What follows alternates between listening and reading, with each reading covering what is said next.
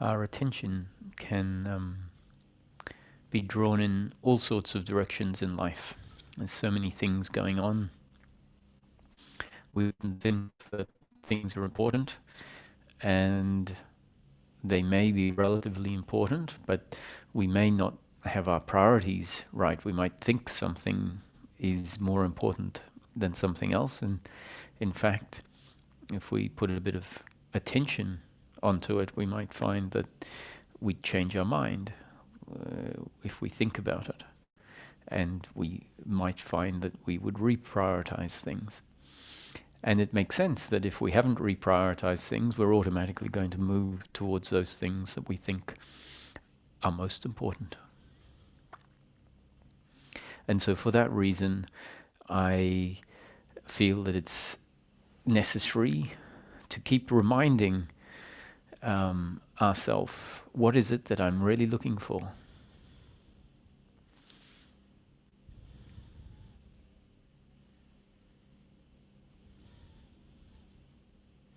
And if we come up with an answer to that question, then we might notice we're more likely to notice times when we start getting involved in other objectives.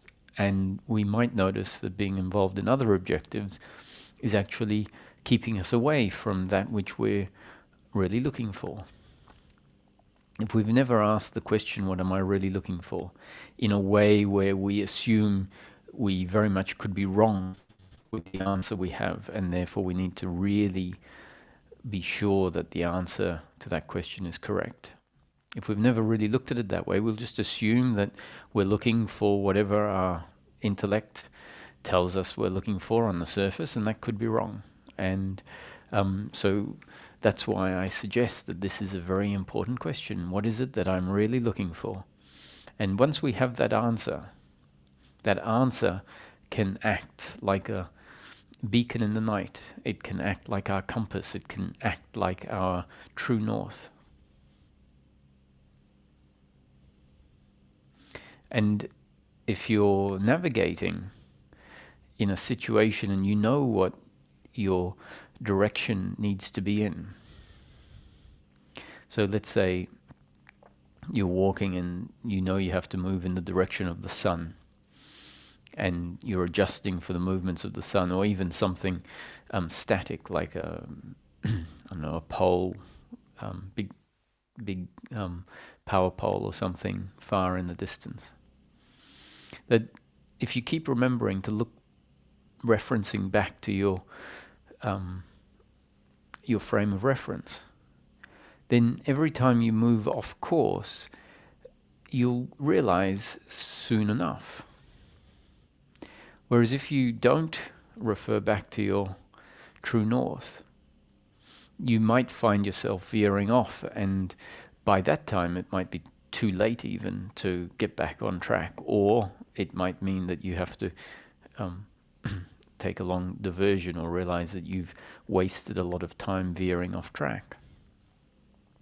So the answer to this question, what am I really looking for, when you have it locked away, where you are sure that this is an important reference to keep coming back to, and you're sure that the answer is accurate, then it acts as a prevention from going off track. And so the answer that I suggest is, what we're really looking for is happiness in life. And happiness in life turns out to be a very particular type of happiness, not at all what we've assumed happiness to be. Happiness has become a word that is essentially synonymous with feeling good because of the receipt of some sort of pleasure or some sort of circumstance that we like because it is in line with our preferences. So that's not at all what I mean by a state of happiness. Happiness is not about getting the things you like. So if we're looking for happiness in life by following a formula that happiness is getting the things I like, and therefore we want life to be giving us what I like all of the time, which means pleasure, pleasure, pleasure, pleasure, that I think sooner or later we will realize is a formula that is going to lead to disappointment, frustration, and in fact, a conclusion will form that that sort of happiness is not available on a continuous and unbroken basis, simply because life is not in our control and it delivers sometimes pleasurable things and sometimes non-pleasurable things. And once we become familiar with the vast range of pleasure and pain, we'll see that, waking up with a headache is in fact pain and not something that we like, and it's bound to happen from time to time. Locking your keys in the car is pain and not pleasure, and it's bound to happen from time to time. So is stubbing your toe, or finding that there's no hot water, or finding that the food you want at the supermarket isn't on the shelf, or finding that someone doesn't talk to you the way that you would like. All of these are examples of pain in the moment, and they're unavoidable. They're going to happen from time to time. It's inevitable. In fact, the reality is that life will give us quite a steady alternating stream of sometimes pleasure and sometimes pain. So given this is our experience, all it requires is for our attention and our intellect to land on this and say, of course, happiness in the form of pleasure simply isn't available in life on an ongoing basis. Now, that can sound like bad news, but what if it's pointed out that there is a happiness in life that is available on a continuous, unbroken basis? However, it's not at all a happiness of pleasure. That's the good news.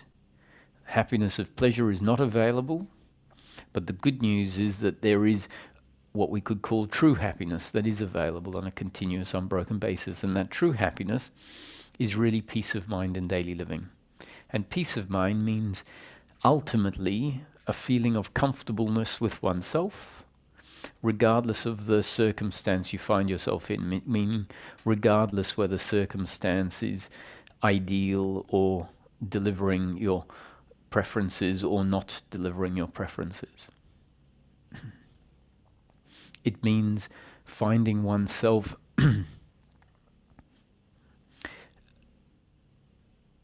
free of psychological suffering, while life is delivering sometimes pleasure and sometimes pain.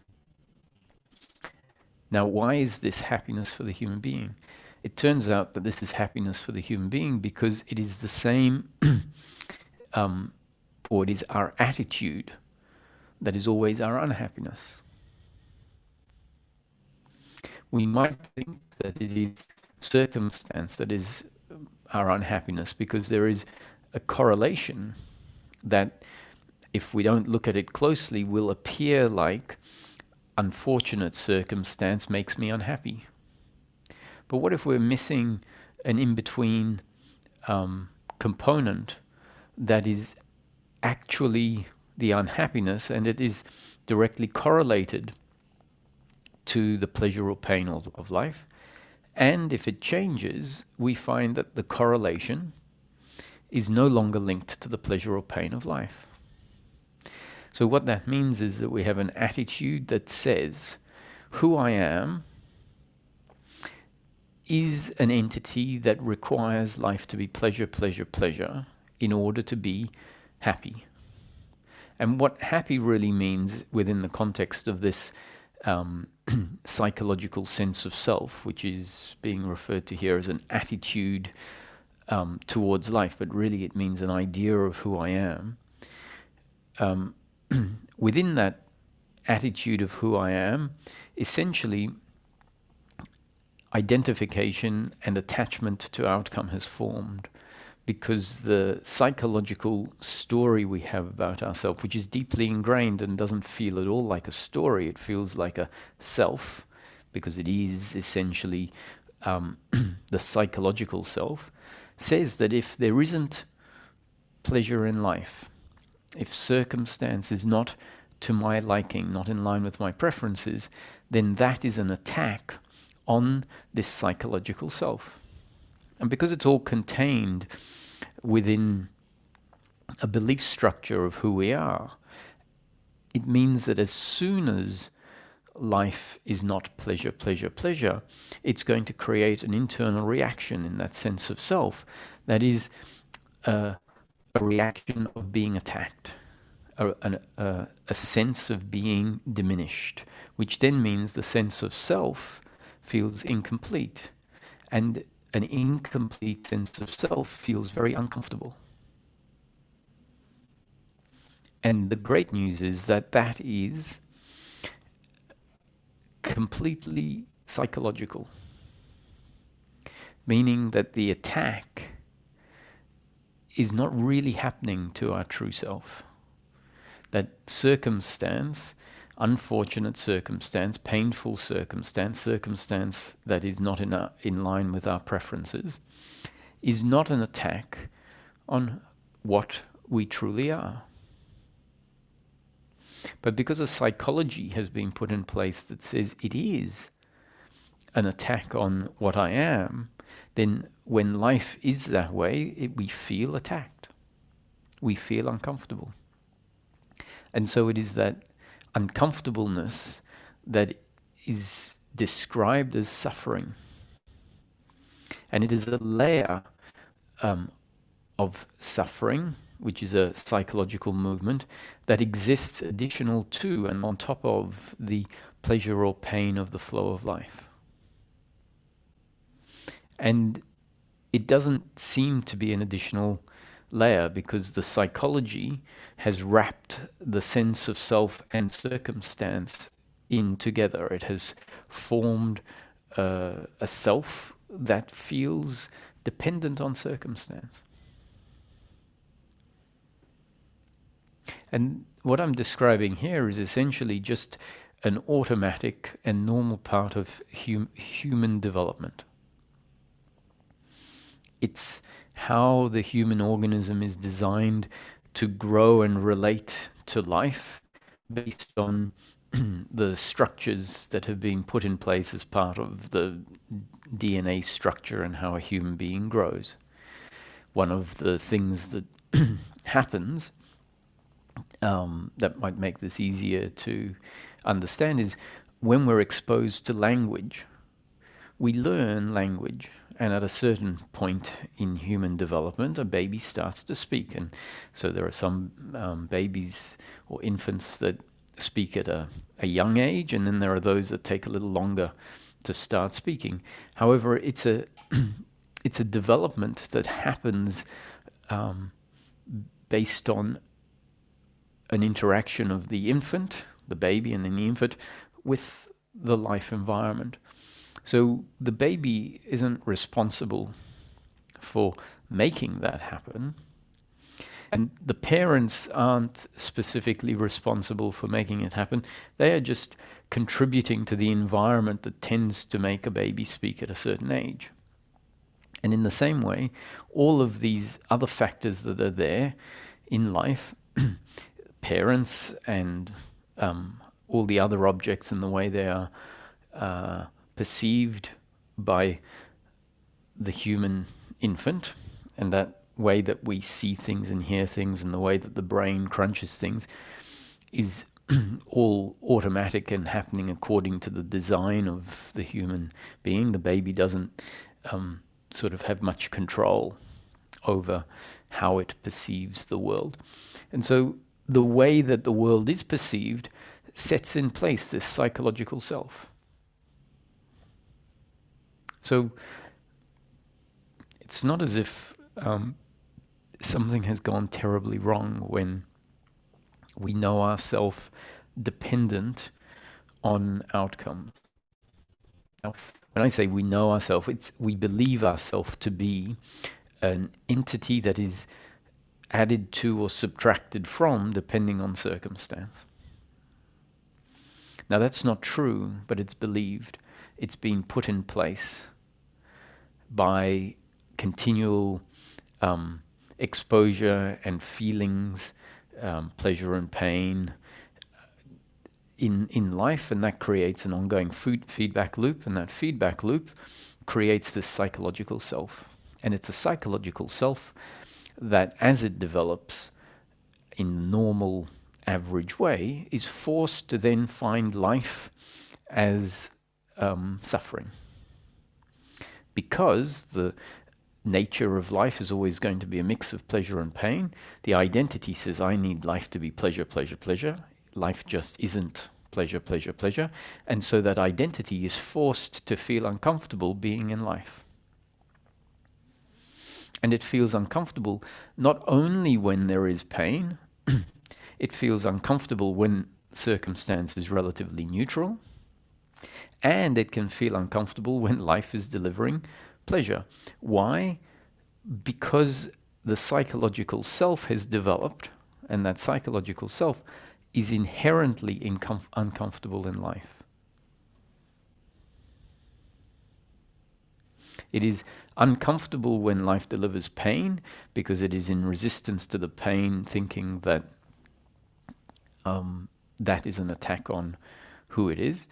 It is uncomfortable in life when situation is neutral because it's looking at the past and looking at all the things that went wrong and feeling uncomfortable about the things that went wrong.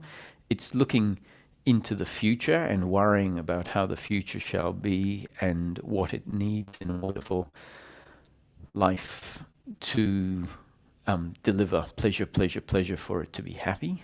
And so it is disconnected from the present moment, and essentially this uncomfortable psychology is at play looking into the future. And it is uncomfortable when life is delivering pleasure because it's thinking about what will happen when the pleasure ends. And so that thinking, that psychology actually interferes with the identity ever relaxing and feeling at peace with itself. And it interferes with the human being from enjoying the pleasure when it's available. We all know being on holiday and you come to the last 3 days of your holiday and you start worrying about what it's going to be like when you go back to work.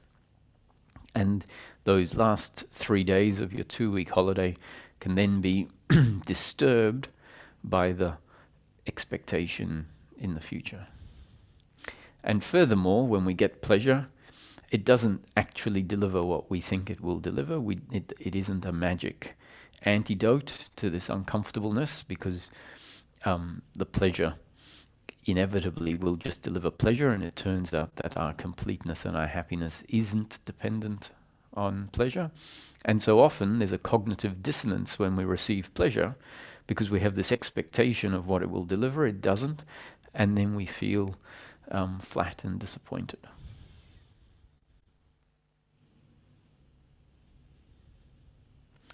So that's the nature of the psychological self. That is a normal part of the development of the human being. And at some point, some human beings find themselves exposed to information that says, hey, that's not how life needs to be experienced. It's not the only way that we can be in relation to life. That psychological self is essentially a false idea of what we really are. In the absence of that psychological self, which means if it gets dissolved, if life undoes it, because essentially we can say life put it in place. I was formed by the progression of life from the sperm and the egg coming together and being a very simple, well, not very simple, but a less developed organism. And then over time, a growing process happened. And that growing process led to a more and more complex human being. And then the new conditioning from life started to make us even more complex, where we started to be able to speak and think in terms of language and develop ideas. And this sense of self was part of that development. So life put that in place, and life can change it. And so the destiny of some people is to receive that information and for it to stick, for it to sound important. There are a lot of people that might hear the information, might find it seems important in the moment, and then before they know it, they're back on track with what they think is really important on a deeply ingrained level. And on a deeply ingrained level, we start off with this psychological self that says my happiness is to be found in outcomes. And so we will keep returning to that default norm and heading off in the direction of outcomes. Which is why I suggested that if we ask ourselves, what am I really looking for? Let me put 2 months aside to keep asking this question, what am I really looking for? Now, why do I say 2 months? I don't know if that's how long it is, but the problem is that our thinking doesn't work in a way where when we think something, it gets locked in place. Our thinking tends to affect the structure, or our thinking changes on a structural level when we think repetitively and consistently about something in a way that there is, or inspired by a motivation that says this is important. So even this suggestion that we dwell on this point, what am I really looking for, is not really an instruction, but hopefully it's an inspiration for those body, mind, organism, those human beings that are at that point where the suggestion inspires thinking about this question more than may have happened if the suggestion wasn't put forward. For us to think that we are doing the thinking because we have deemed of our own free will for this question to be important is to make a mistake that is very much in line and part of the psychological self, and that is that the other half of the psychological self, the first half is what I've been talking about, our attachment to outcomes, thinking that what I am is made complete over time when circumstance gets more ideal and when I get the things that I don't have. That's the first structure of the psychological self. And the second part of the structure of the psychological self is this belief that I am making everything about me the way it is. And therefore, if we find this question arising, what is really important, and we start dwelling on the fact that what's really important is to find myself living life with more peace in life. And this question might arise, and the answer might come up time and time again, because we are realizing that it's suffering that makes life seem meaningless and pointless. It's suffering that makes life unacceptable. So as all these little pieces come together, the question, what am I really looking for? And the answer, actually, what I'm really looking for, if I keep it really simple, is the end of an uncomfortable life. The end of an uncomfortableness on the level of self, an uncomfortableness with myself and with the other. And really, when we look at it, we'll find that the uncomfortableness with the other is an uncomfortableness with oneself. As we become more comfortable with ourselves, we're less interested in finding the other right or wrong. Because we usually try to find the other right or wrong when they say something and it makes us feel uncomfortable.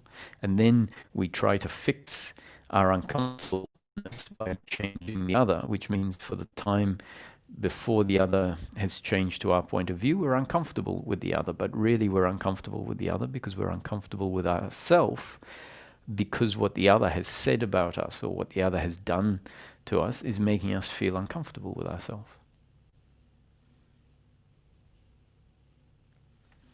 So as we start to see that it's this uncomfortableness with oneself that sometimes appears like an uncomfortableness with life or the other, is really what disturbs us from having a happy life. And part of the uncomfortableness with oneself is this continuous movement outwards towards outcomes. Because we have this unchallenged sense of self that says, you know, when I don't have what my friends have, I don't have what I imagine will make me happy, then I feel uncomfortable because of not having it. Uncomfortable on the level of who I am.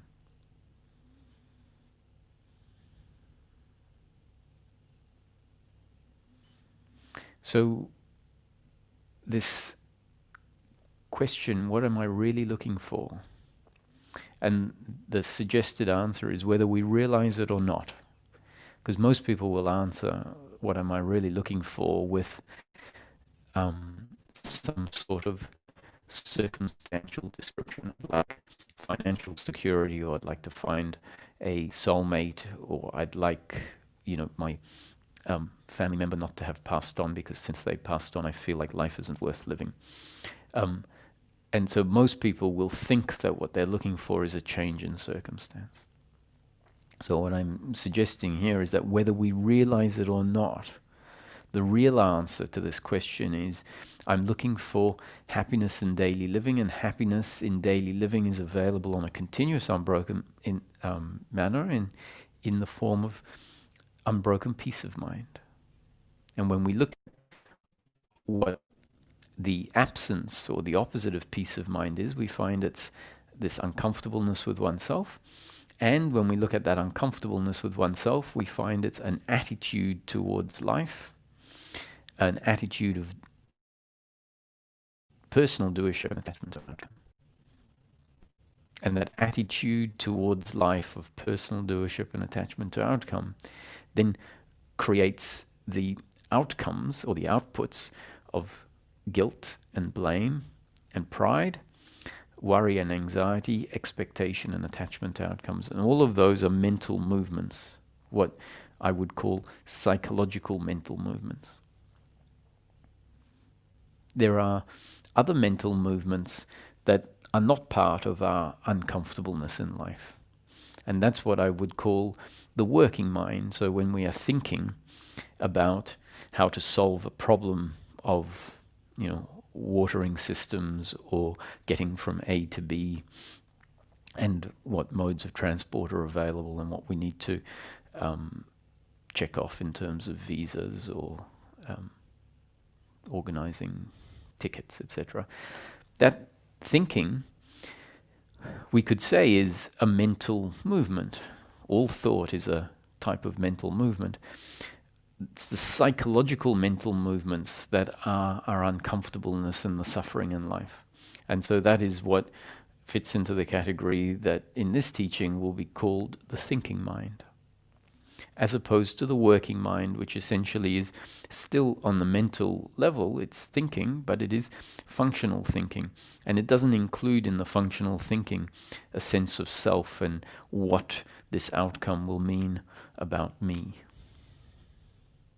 It's simple, practical thinking to address a problem, and that problem may be solved with a positive or a negative outcome.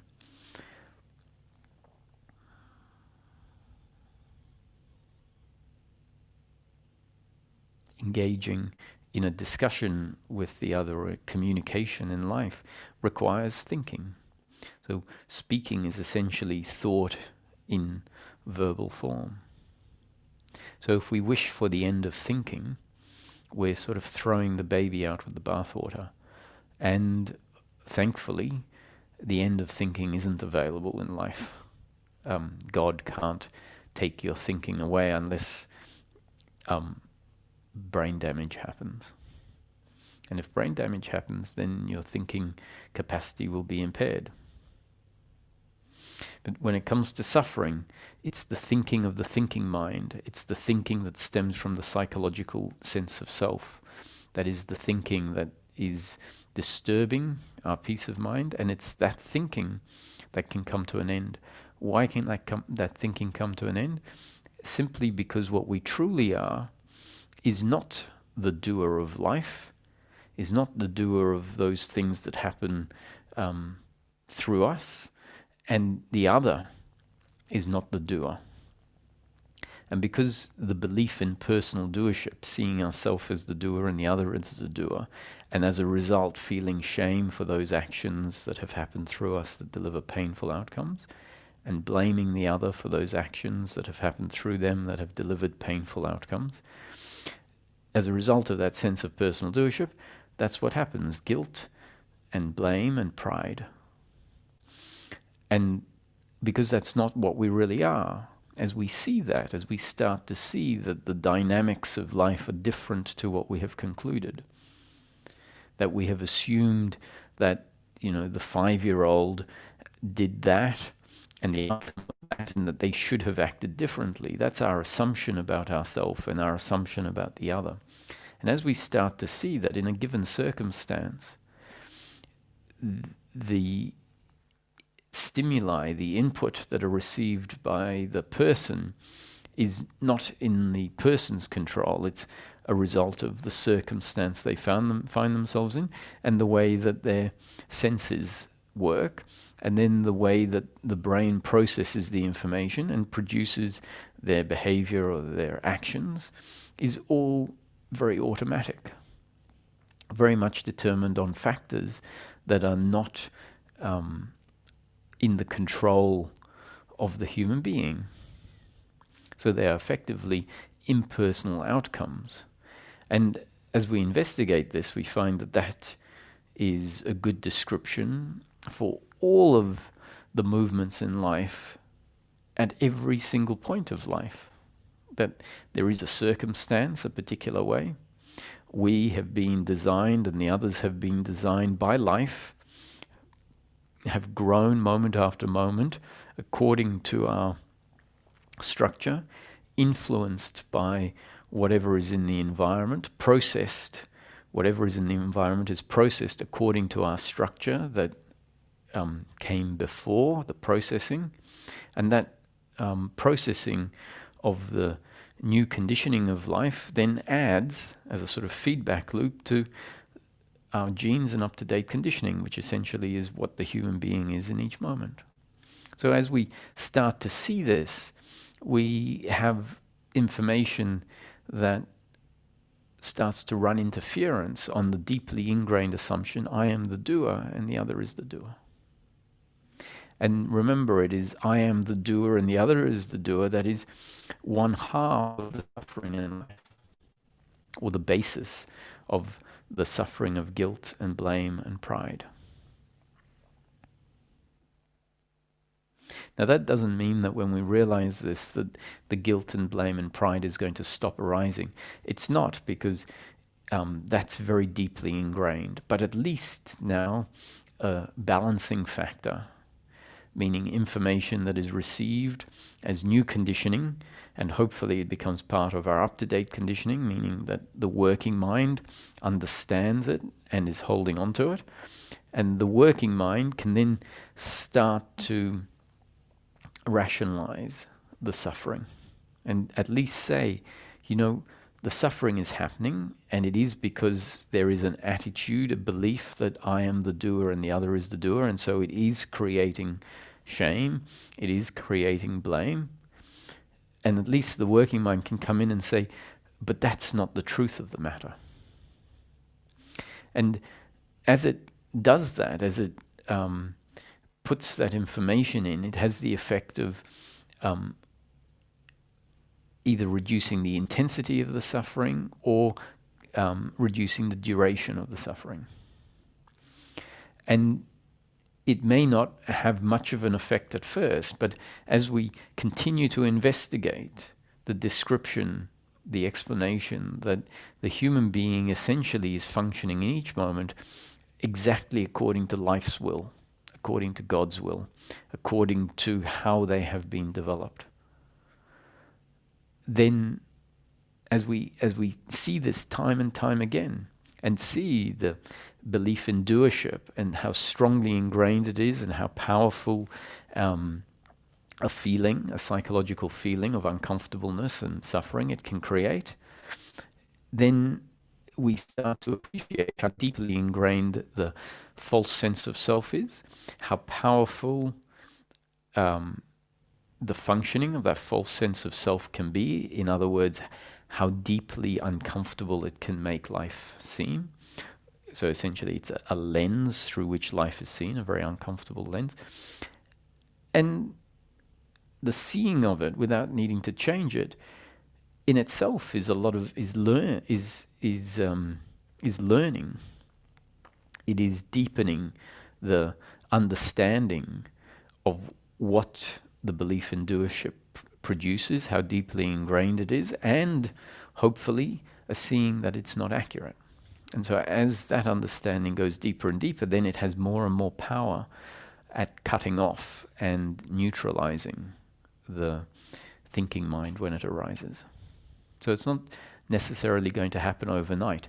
What can happen is, in an instant, realizations, insights of new levels of the non-doership. So when we hear this for the first time, someone might never have come across this in life. In fact, the truth is that I would say 90%, if not more, of the world's population hasn't ever been given a description that says we have no free will, that we are not the doers.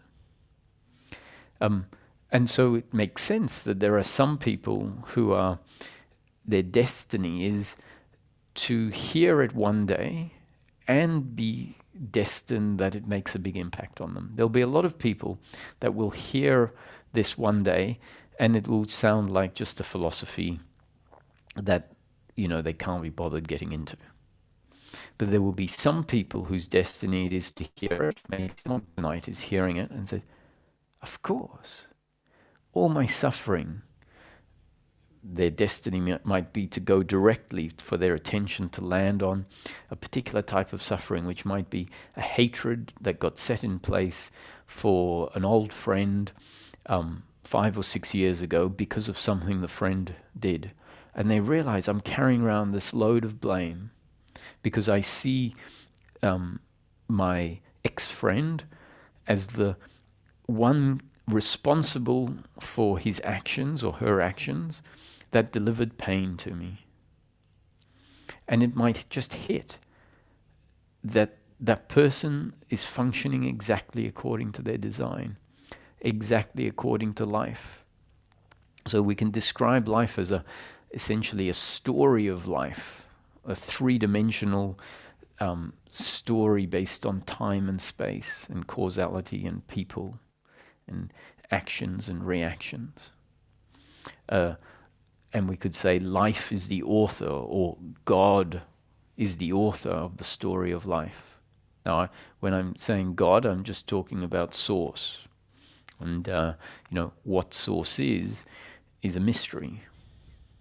So we can say that God, one of the best ways to eliminate creating an image of a God that really doesn't exist, because when we talk about a creator, we imagine an entity that has created something outside of itself.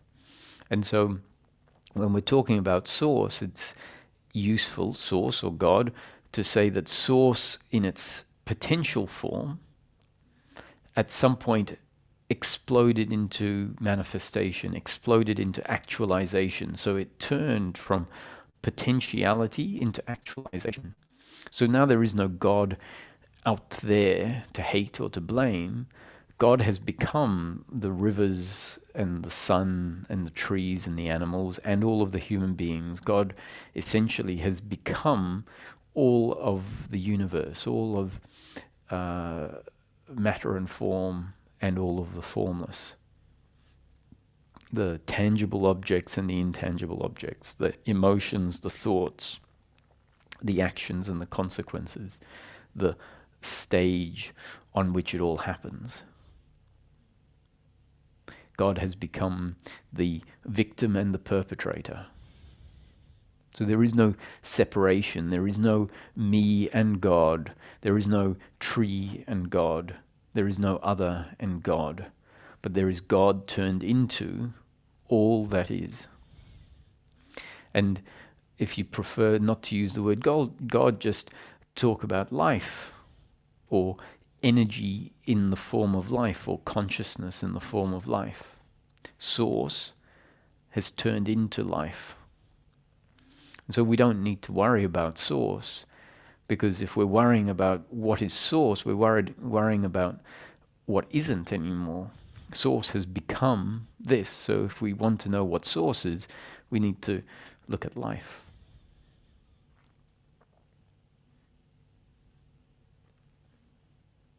This means we are not separate from source.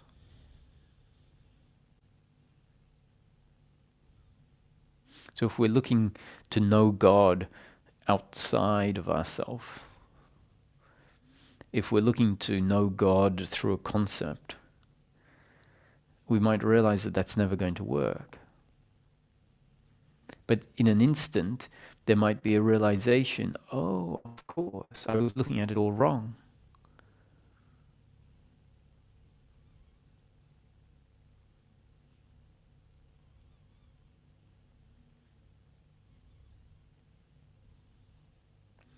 And the essence of the human being is consciousness.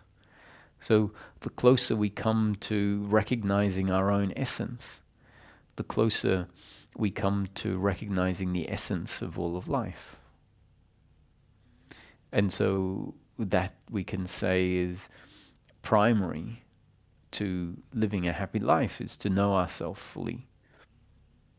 If we know ourselves fully, we'll find that the psychological sense of self, which essentially is something that has formed, that includes in it ignorance, misunderstanding, the not knowing of ourself fully. So as we come to know ourselves more fully, then the psychological self starts to stand out as being this imposter, this psychological error that was formed because life was interpreted, and our sense of self was interpreted from, let's say, a surface experience of life, a surface experience of self. So, this is one of the reasons why meditating, which really is a suggestion to slow down, to stop engaging in moving outward, to give the thinking mind a rest, and to turn inwards.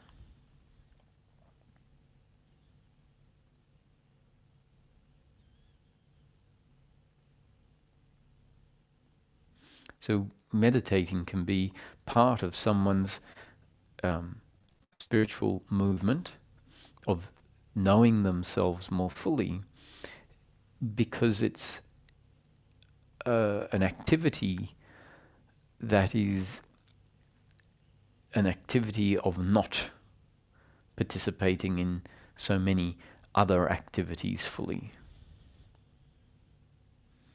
So the other activities that we're often participating in, or rather the attitude with which we are participating in other activities, is the attitude of doership and attachment to outcome. And so in order for the doership and attachment to outcome attitude to slow down, often it requires us to not participate in certain activities from time to time.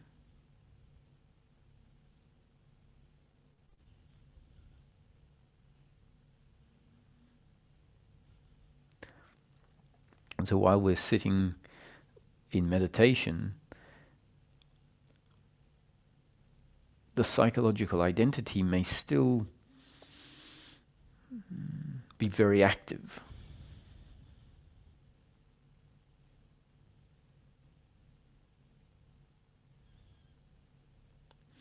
It might be screaming out that, this is a waste of time. I've got better things to do with my life than to sit still, not achieving anything.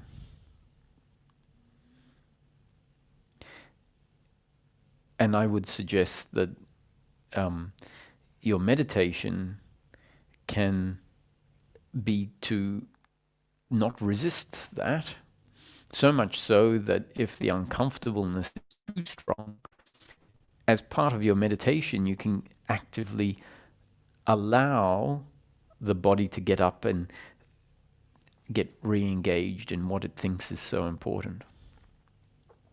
Now, someone might say, oh, you see, you're not doing your meditation very well because you're just going back to your old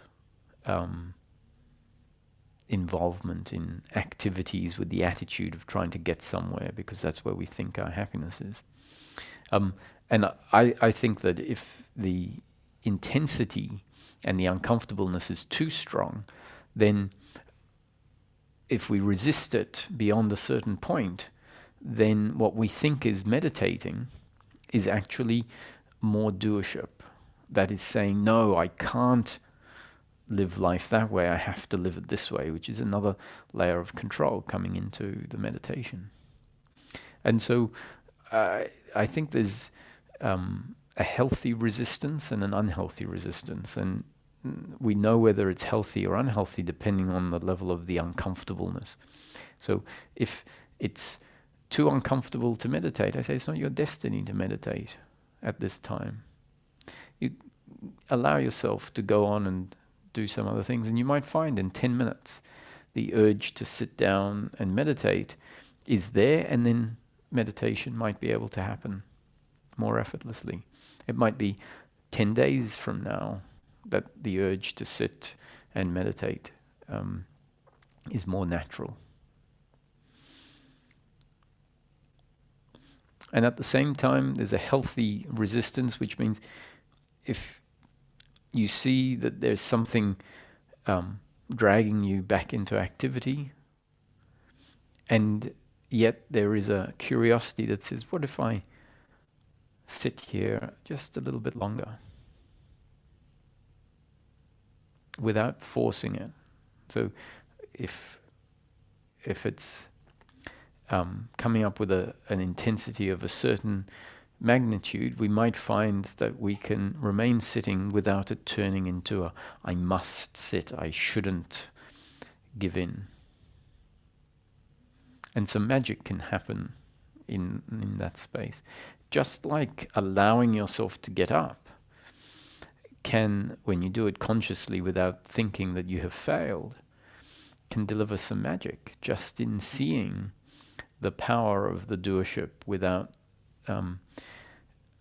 losing the insight or the recognition of how strong it can be by then blaming yourself and feeling like you're not good enough.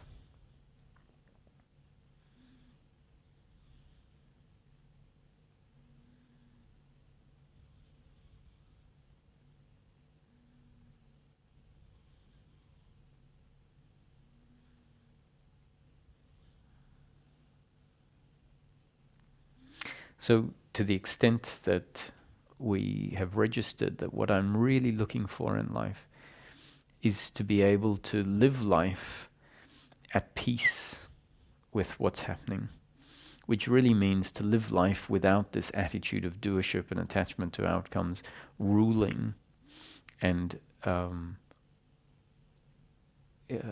pervading the activities that we undertake. So there will be a time when that attitude of doership and attachment to outcome has atrophied, and then we find ourselves being able to participate in life and carry out projects with the intention of a particular outcome, knowing that the outcome is not in our control. And so with that understanding, we say, well, I'm engaging in this because I would like to, redesign that room, knowing that the end result is not really in our control. We might end up thinking that the room looked better before we started trying to redesign it. So we will find ourselves, when the attitude of doership and attachment to outcomes has fallen away, then being able to engage in activities. So the ending of the belief in personal doership and attachment to outcomes is not about not doing anything.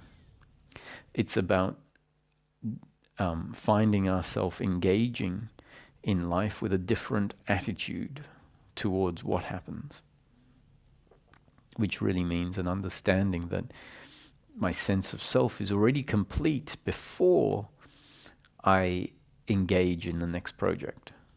And that the engaging in the next project or the next activity is not there in order to complete me. My sense of self is complete, but rather the activity is part of the ongoing story of circumstance.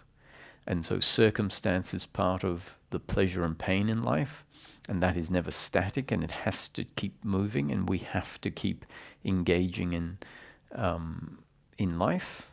We are part of life. We will, even if we find ourselves sitting or living in a forest for 3 years, that still is part of the circumstance of life. Or we might find ourselves being the manager of a very big company with lots of things to do. But as long as the attitude of non-doership and non-attachment is there, we can find ourselves in any circumstance in life. We're not sure what that will be. And so the issue is not about stopping activity. It's about interfering with the way we engage in life such that the attitude of doership and attachment to outcomes gets interfered with. And that can be a very specific process, part of the spiritual seeking process, and we might find ourselves interested in doing some things like renouncing certain activities or certain pleasures just to confirm to ourselves that we can feel complete without those things. And then once that has been seen, once we find ourselves more connected to the core of who we are, we might then be able to naturally reintroduce those activities. So I'll end for today by suggesting that we can look at life as a predetermined story unfolding, and we are part of that predetermined story. We weren't in control of the sperm and the egg coming together. That happened as part of the unfolding of the predetermined story of life. And we grew out of that. And as we grew, we started to function, which meant we said things, we felt things, we reacted to things. There were outcomes, and it was a continuous, ongoing process. And all of that is the predetermined story of life. What we're really talking about predetermined here means from the perspective of the one witnessing our life, the part of ourself that witnesses life unfolding moment after moment after moment. What happens is witnessed after it happens. There is a witnessing of the words coming out after they come out. That's when they're registered. Just after they arise into consciousness, they get seen. So from the perspective of the one witnessing, everything has happened already. And then it is seen.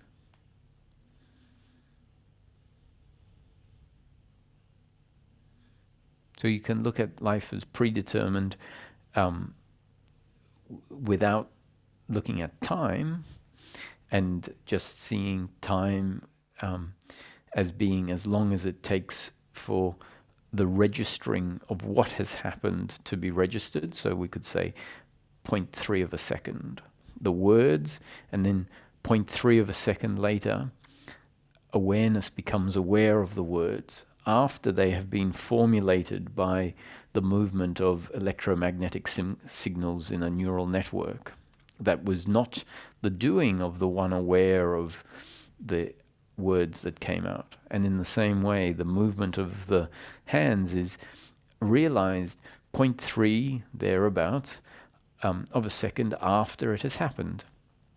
And the moving of the hands was controlled as a result of everything else that was happening, and by the same biological movements of the body-mind organism. So the belief in personal doership claims ownership over a whole set of actions, which is our whole life, a whole set of thoughts and emotions and words that were not created by the psychological identity that claims ownership over them.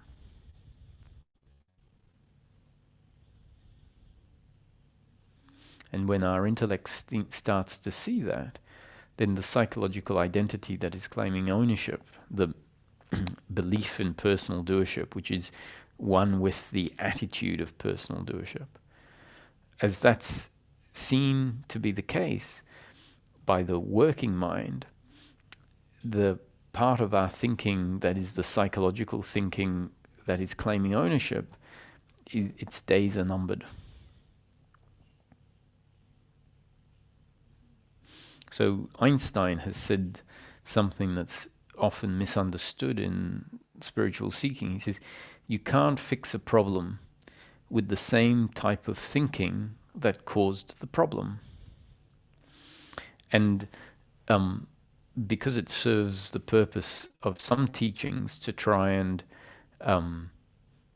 emphasize how thinking is the problem, that quote is sort of massaged a little bit to make it seem like you can't fix a problem of thinking with thinking.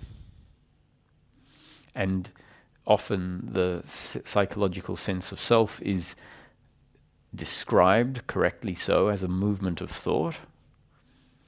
And so some teachings say you can't fix a movement of thought with thought, and may attribute that to Einstein.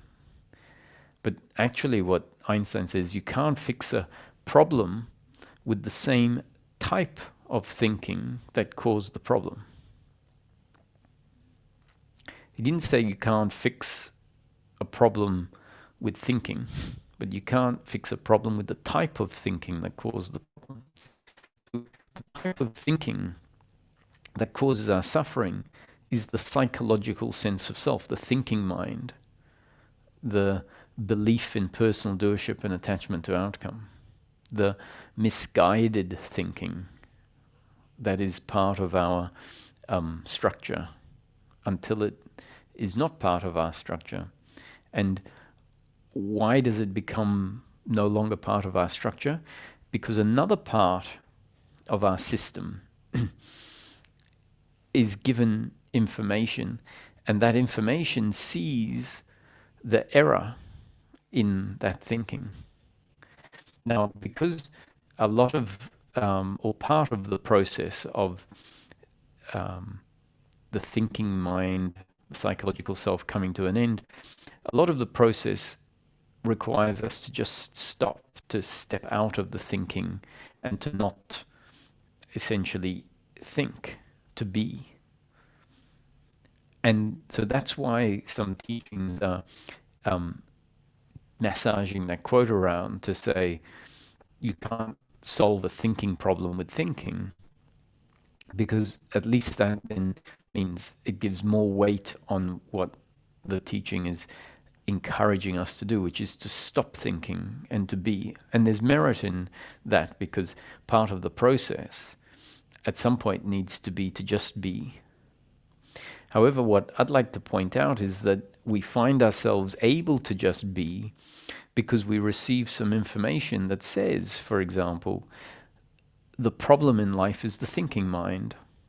Or if there's a teaching that doesn't go into those details, and you see that the problem is your thinking about the past and the future and who you are and how you think life works, and you're obsessed with thinking and having concepts about everything. And so it says just stop. Now, what we tend to miss is the fact that it explaining that to us is received by our working mind. And when our working mind checks out our experience and says, yes, it's true, all my obsessive thinking is what's the problem, and I'm being told that time doesn't exist and causality doesn't exist, and the teacher is telling me to stop with all my concepts and questions, because they're all based on the assumption of time and space and causality and a me that is that needs this and that. And so all of the information received from the teaching that is pointing out all of that and telling us, just stop thinking. You don't know how life works, so stop trying to tell yourself and everyone else how life is when in fact you don't understand life.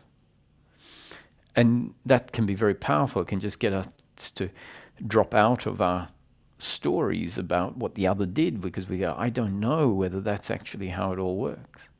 So stop.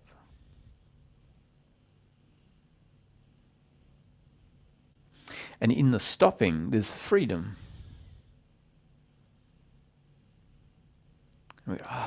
Yeah, of course, the problem is thinking.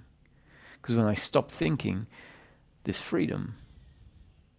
What we might not have seen is that in order for the stopping to make sense, in order for us to have the motivation to stop, we had to receive information that we thought about that gave us reason to stop.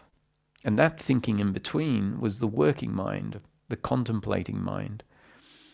So it's not true that you can't solve suffering with thinking. It's you can't solve suffering with the same sort of thinking that is in the suffering, which is doership and attachment to outcome. The working mind doesn't necessarily have doership and attachment to outcome in it, as long as it just is used as a cut for the thinking mind.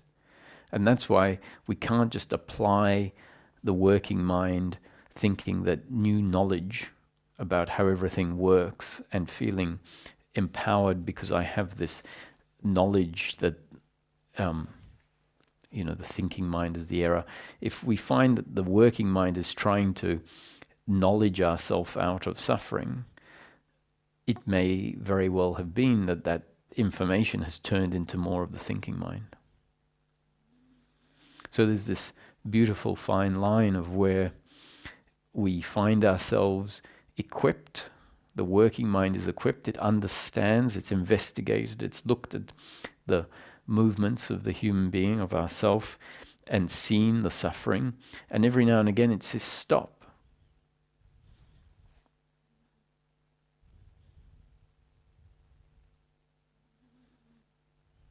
And that stopping is very much in line with what is really important. What is really important? Peace of mind, the end of suffering, not trying to be right, not trying to get somewhere, trying to get happiness in the future, which is what the thinking mind is doing. So if we find ourselves lost in the thinking mind, we can remind ourselves, go back to our true north. What is it that I'm really looking for? I'm looking for a life that is comfortable on an attitudinal and sense of self level. And that often requires us to stop thinking about the past and the future and how things could be better in the present.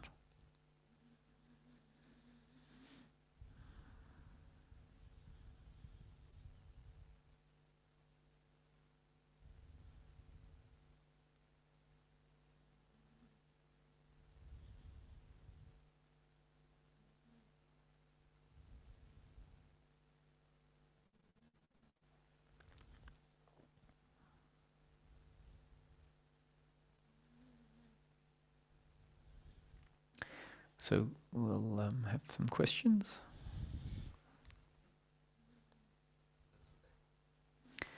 Hi, Luca. Hey, can you hear me? Yes, loud and clear. Okay, good. So I've something relevant about the talk today. I experienced a chunk of the sense of doership fall away, and as a result of that, there's been a lot more peace in my life.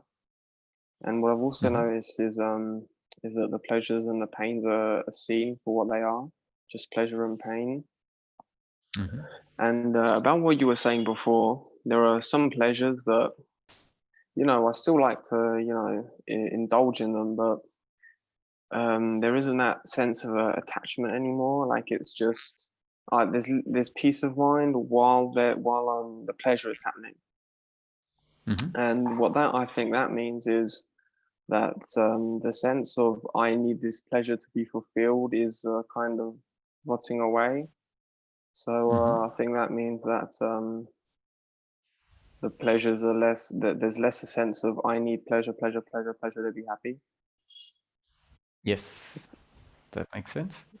Um, Also, no, there's another thing I wanted to say. All right, I had this insight about what this peace of mind really is, and I think that the sense of self, um, because it sees everything in a certain way that's really distorted. All it can really know is because it has this uncomfortableness, it has to fill it up. So what it sees life as is as an opportunity to get something. So all it wants to do is get, get, get, get. But what the peace of mind is a falling away of that. So I think you could say that enlightenment is a loss, not a gaining of something, because all the me knows is gaining, but there is nothing to gain. Yes, I completely agree. The Okay. absence of suffering, which is the Yeah. absence of the movement of trying to gain, which is really, in other words, the absence of the belief that my happiness or my completeness is to be found in outcomes. So yes, you're spot on. Yeah. That's what I wanted to say, really. Yeah, no, this is very good. These are the insights. I mean, um, the what you just described um, must be something that I've said, thousands of times, that enlightenment is actually not the gaining of anything, but the falling away of uncomfortableness, the falling away of seeking. And you might not have heard it. And the thing is that when you see it for yourself, like you obviously have, that's so much more powerful. So whether you heard it or not in the past is not so important. And in fact, I might have said it, but it didn't click that that's what I was really saying. And as soon as when you see it and you have the insight for yourself, it means you've gone beyond the intellectual understanding to seeing it and knowing it for yourself. And so then if I say it, I'm just confirming something that you know to be what it is because you've seen it in the change in your own movement. Now that's far more powerful than if I say it and you know what I mean intellectually, but you haven't, you haven't had a feeling and an appreciation of it for yourself. Then you could say, oh, I understand it intellectually.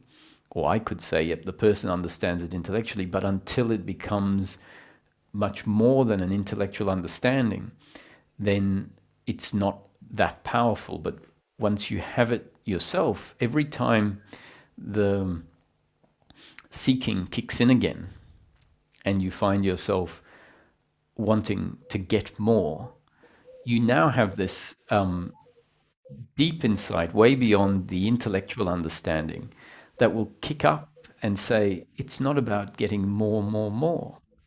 And when that kicks up from your own place of knowing, which you've just described, it's it's like a samurai sword.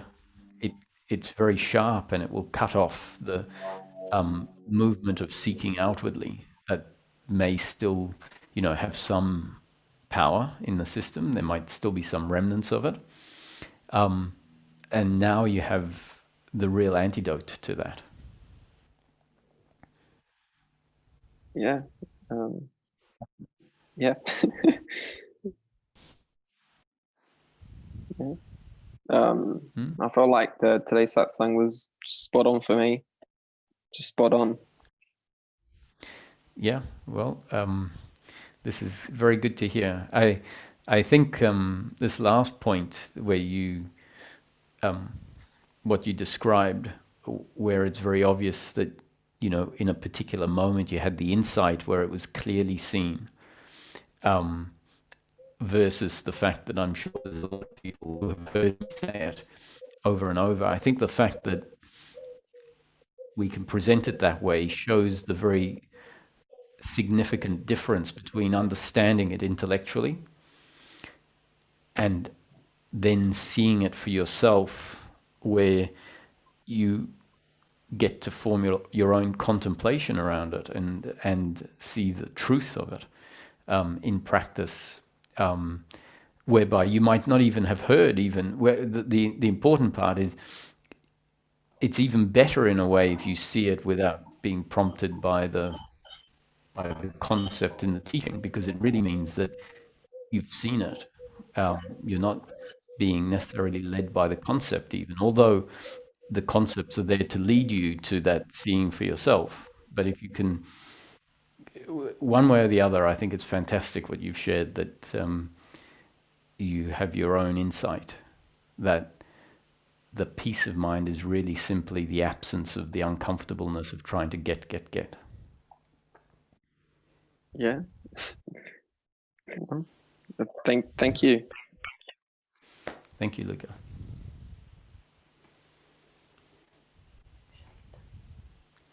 Hi, Shaista. Yes. Hi, Roger. How are you? Yes, very well. And you? Yes, very well. Thank you. First of all, I just want to say thank you to you.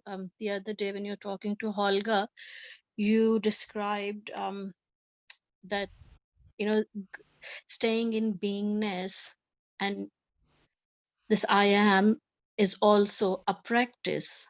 And, it's so strange. I have been doing or been in this teaching for a long time, and I just couldn't see that. And so that goes to show that how many concepts we still have, in a way that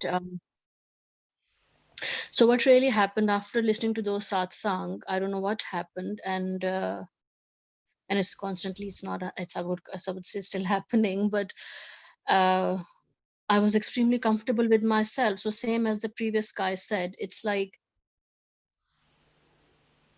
I don't know what happened. I wouldn't say seeking, drop, this, that. I wouldn't know what happened, but I was so comfortable with myself. And I have experienced, I say experience, but this has happened many times when, the psychological self dropped. But that was a different feeling. But the day before yesterday, when it happened, it's, nothing had changed. And yet I didn't feel the need to do anything to make me feel better or good. Or I usually listen to you all day, every day. In one ear I have the, I didn't feel the need to get up and listen to you even. So it was so end of suffering, I would say. But and my husband said, what did you eat today? You were just so different. And having said that, there was nothing which changed. There is nothing. My thoughts, psychological thoughts were there. Every thought was there, but they were not touching me. I don't know how to say, I wouldn't say, I'm not going to say that nothing was there, that, thoughts weren't bothering, that, thoughts weren't there. Or previously when it happened, thoughts and all that, there were no psychological thoughts. But this time, as if everything was welcomed and nothing was touching me. I don't know whether what it was. Anyhow, so it's not didn't so it lasted as long as it lasted. And yesterday, I think the psychological mind came back with a big bang, and I don't know what happened. I was 180 degrees on the other side. I had this rage in me, the anger, and whatever, my husband couldn't do anything right. The whole So, but having said that, it was still allowed. I wasn't, it didn't, something was there to, as you said, just now you said, you explained to the other person, it was seen clearly that whatever is happening. And I think the surrendering happened, so to speak, in the midst of anger, in the midst of everything. And I'm not saying the anger just didn't take the whole of me. Like I was in all of my body. I could feel it. The feelings took over everything. At the same time, for the very first time, there is this awareness that it's okay for that also to be. Yeah, that's beautiful.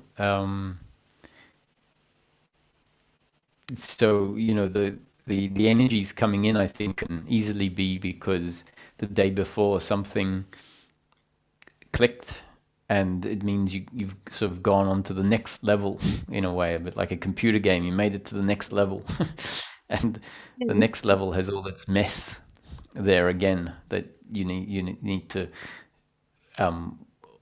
work through, and but you have the benefit now of working through it with that deeper, that deeper click.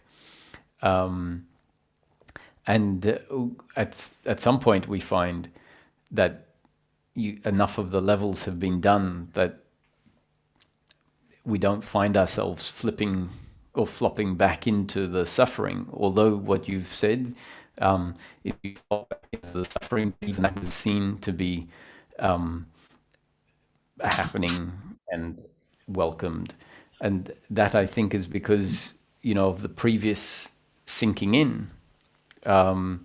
So I've often used the example of cleaning out a building where you clean out one floor at a time, and you get to have a little bit of time on that floor, and then the elevator bell rings and you think, oh, okay, I guess I have to go in the elevator, and it takes you to another floor, and the door opens up, and it's very messy, and you have to go to work cleaning that floor out.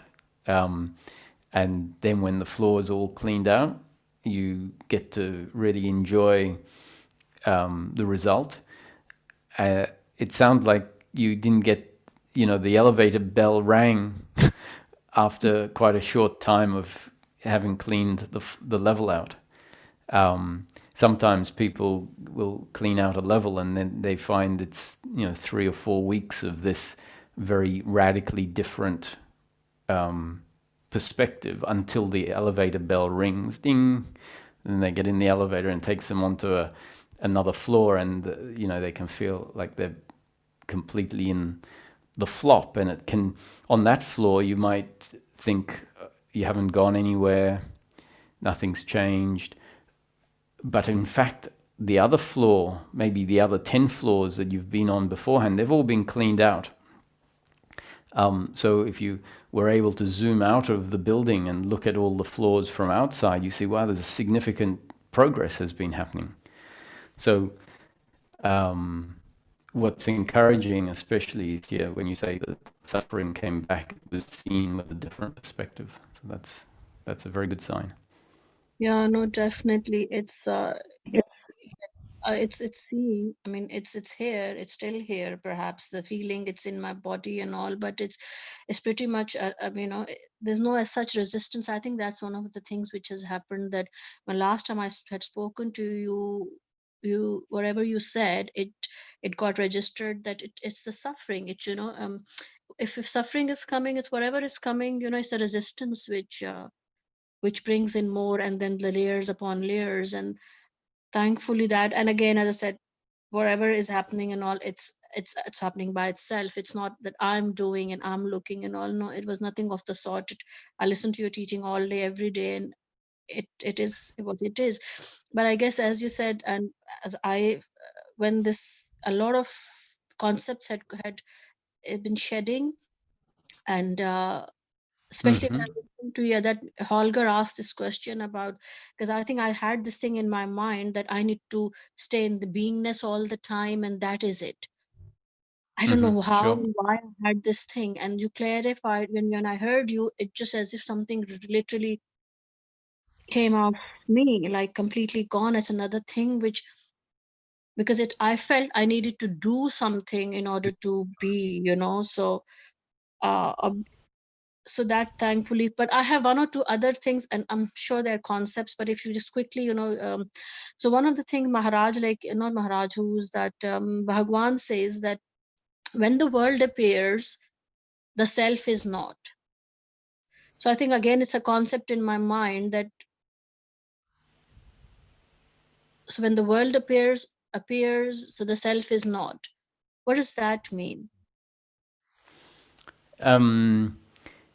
It's not. That's not a statement that I would say is. I would say he was saying that in a very specific sense, because once more and more clarity of who we are sets in, the world can very much be there, and the self can remain seen or known, shining. I think it would have been used in a context of talking about how, without any priming, without any spiritual practice or tuition, let's say, the arising of the world, which includes the body and the sense of I am the body, Right. when that arises, the sense of self that is the witness of life is covered up. So I would say that is, he's using it as a description for a very particular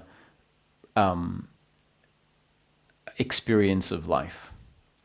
And then it wouldn't, that description wouldn't really apply as things change. Okay. Because So how is by that default, relevant? Sorry.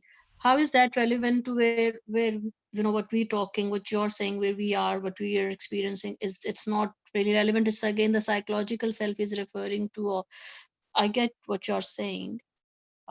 So okay. I think not in that case, when he's saying that when the world arises, the self disappears, he's talking about the self with the capital S, the clarity of who we are.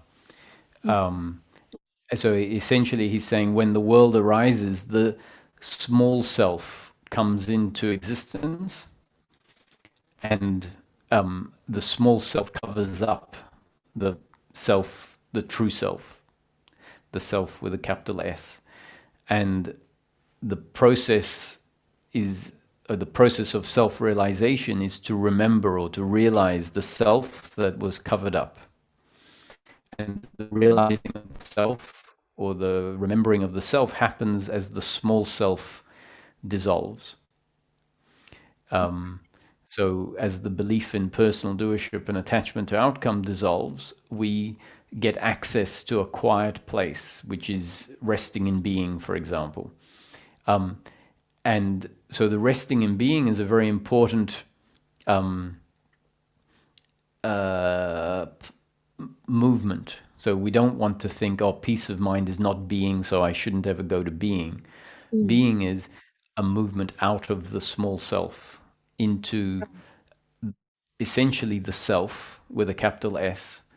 And as that becomes more and more available to us, then we don't even need to hang on to resting in being, because we can find that we can be in the world and the small self has dissolved. And so then we find that we're in the world living as the person without the small self implications, without the feelings of the guilt and the blame and the pride. And so then resting in being is not so important. But until that happens, resting in being is very important as part of the grounding in the self, the self with a capital S. And then once that connection has been established, then we don't need to focus on that as the place to be. This makes perfect sense. Thank you very much. One last question, and then so another thing they say is that that a person can go as far as here, resting in being.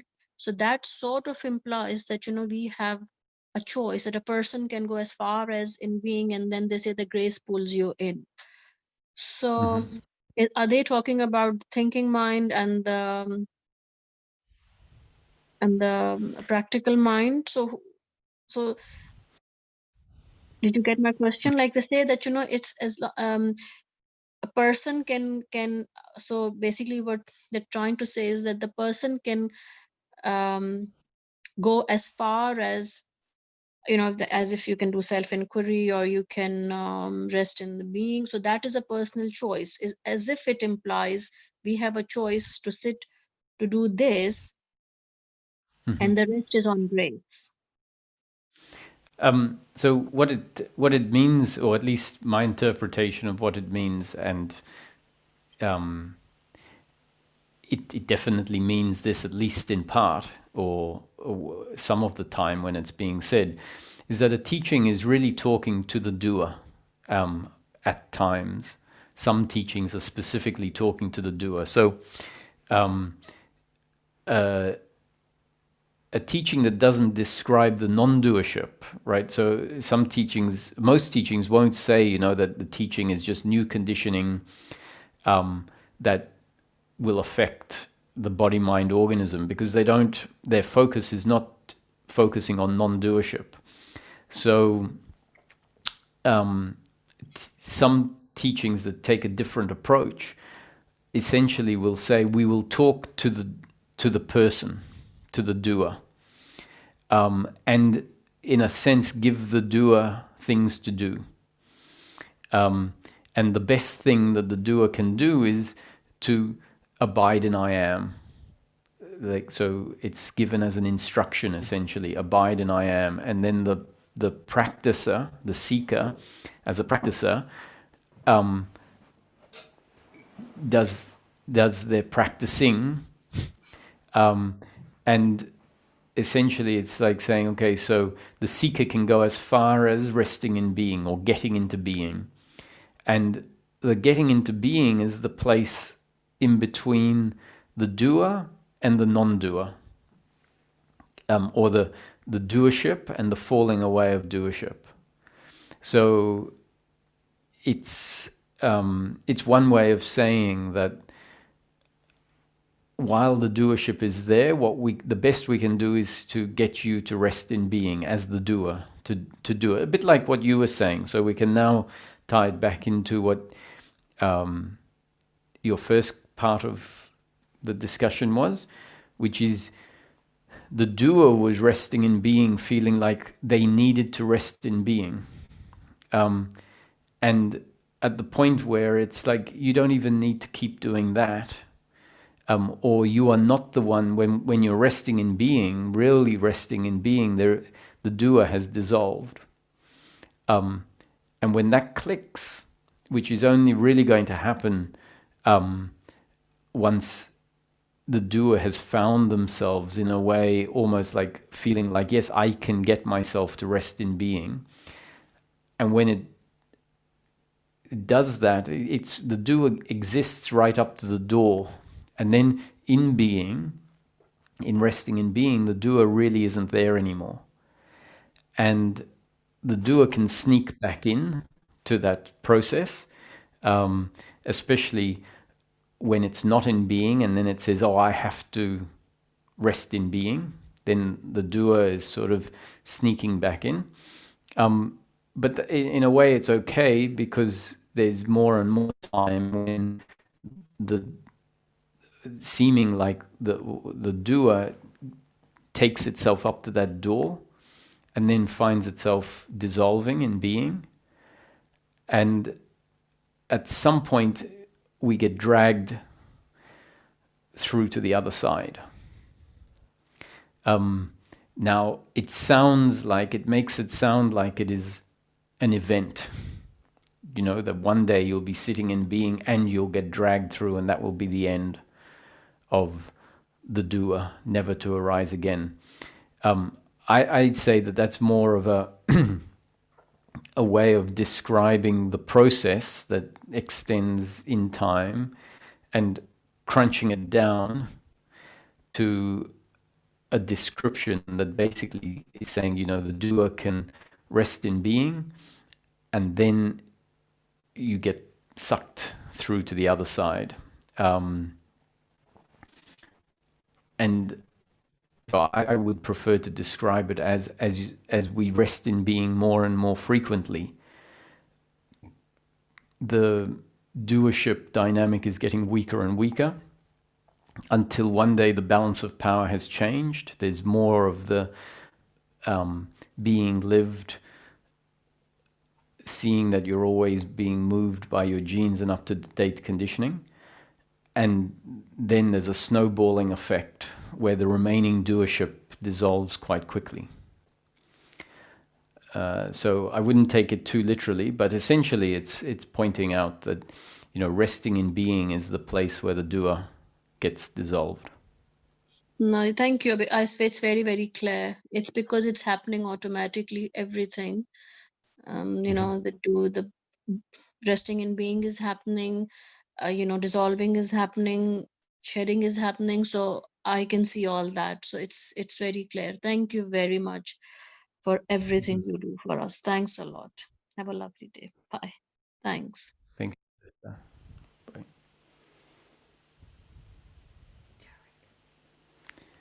Hi, Jarek.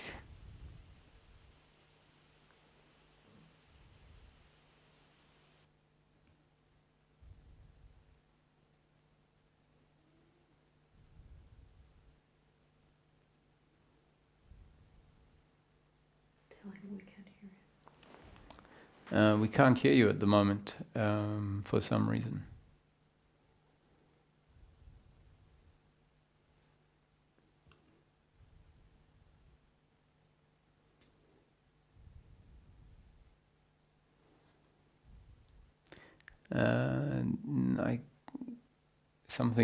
Your microphone's not working, it seems. We'll go to the next person and then come back to you. Just check your preferences and see if your right microphone is enabled. Hi, Liz. Hi, can you hear me? Go ahead.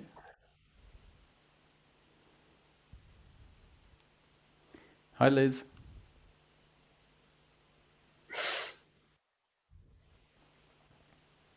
Hi, can you hear me? Yes, I can. Okay, oh great. Oh, it's so nice to meet you. I've been listening to you for several years and have turned from a person who worried like 100% of the time to no longer worrying. I worried so much, I considered becoming a professional worrier. That's how bad it was. So I do have a question for you, and I've written it out. I've actually thought about it today, and so I'll read it if that's all right. Okay. Okay. It's today I noticed that there's a feeling that's very sort of basic to me, and it's like a very unique pattern. It's like a personality that feels like me. I just observed it. It was just there. It just popped up, but I'm sure it's always been there, and it doesn't feel that strange. If it was on a coat hanger in a lineup, I'd pick it. If it was a footprint on a beach, I'd see it. I'd know it straight away. It's like if there was a lot of X-rays of people my size, I'd pick it. I'd know it. It's like a me-ness, a Liz-ness. It feels inextricably part of me, or the body, mind, organism, whichever.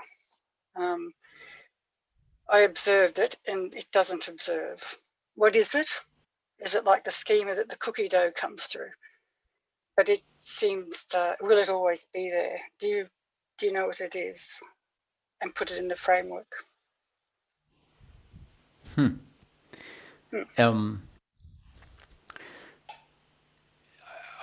I don't know what it is based on your description. I was trying to I thought I knew what it was, and then a couple of the lines said, "Oh no, it's not what I think it is." Do you want to read it again? I'll tell you which. It's in note form, so okay. I've noticed I'll read it all. Okay, there's a formative feeling at my base. It kind of matches up to what I see in the mirror. It resides and responds and feels. It's like a unique pattern, a personality that feels like me. If it was on a coat hanger in a lineup with others, I'd recognize it. I know it. If I could see it, it's like a me-ness, a Lizness, and it's attached to all my feelings and attitudes. It's a flavor. It's like a flavor of me. It feels inextricably part of me or the body, mind, organism. And I observed it today and just wonder what it is. And then I thought, then I had lots and lots of ideas about what it was. And then I thought, oh, is it the schema that the cookie dough passes through? Will it always be there? What do you think it is? Mm. And it's not bothering me. Right. It's not a worry. Okay. So it's not the body, right? Because you can't see it. So it's not the body. It's in the body. The question rose from in the body. Yeah, it's a sense of self. Yes. But it's more personal, right? Yeah. It's not an impersonal sense of self. Well, I observe it. It doesn't observe. It doesn't observe. It just attaches to feelings and. Yeah. I thought, as I was thinking about it, I thought maybe it's not that unique. Maybe my brothers and sisters all have it because they have the same conditioning and genetics. Maybe they feel it too. Maybe it's not so unique. Well, and I would say it's I'm leaning towards saying it's the personal consciousness, which is not unique to you. It's unique in its particular form to you, and yet everyone has one, a personal consciousness. Now, personal consciousness in the way I'm using it doesn't mean doership and attachment to outcome, although it will include that if that's in the system. And so it is who you know yourself as. The personal consciousness is who you know yourself as, and that can be with or without the belief in personal doership. So it's Liz. Does it sound like it's Liz? Yeah, it is. It's sort of my pattern. It's kind of what I would. It's a little bit like what I don't know that I do project it because I observed it. Yeah, but so there's two layers to Liz, or more than two layers, but two significant layers. There's the personal, like your personality, for example, and your preferences and your mannerisms and those sort of personal things about Liz, the colors of Liz. And then there's also the core of Liz, which is much less personal, but very fundamental to the overall. So you basically have to squeeze the two together to get the real Liz. The real Liz is the core, which is the consciousness, and that it's, I would say, the main functioning of that consciousness is the awareness and the sense of existence, the impersonal sense of existence.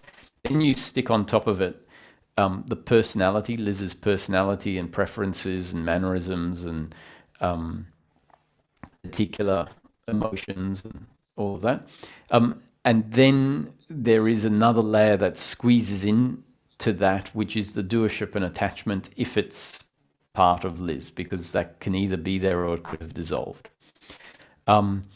Now, if the doership and attachment is there, then the overall feeling of Liz is going to feel more or less uncomfortable in life.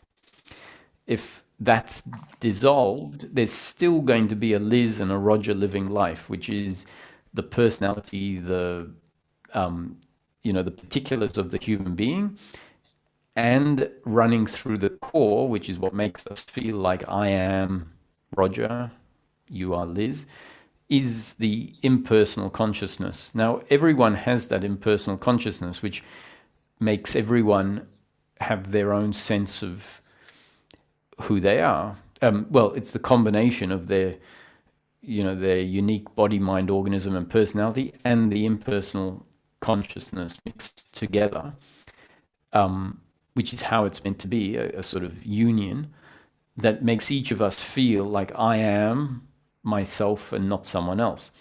Now, there's an interesting phenomena that I'll point out that you might have had, which can create a bit of a thought experiment that will demonstrate the different layers of that I'm speaking about, the core and the personality as clothing essentially over the core. Now, if you took the core out, the clothing would feel hollow. You really would, that wouldn't feel like Liz at all. If you take the clothing off and you just have the core, it will feel like existence and awareness, like even I exist, but not I as Liz. So it's very personal without the clothing. So really, for there to be a meaningful Liz on an ongoing basis in daily life, there need to be the union of the core of consciousness and the clothing. We might find it hard to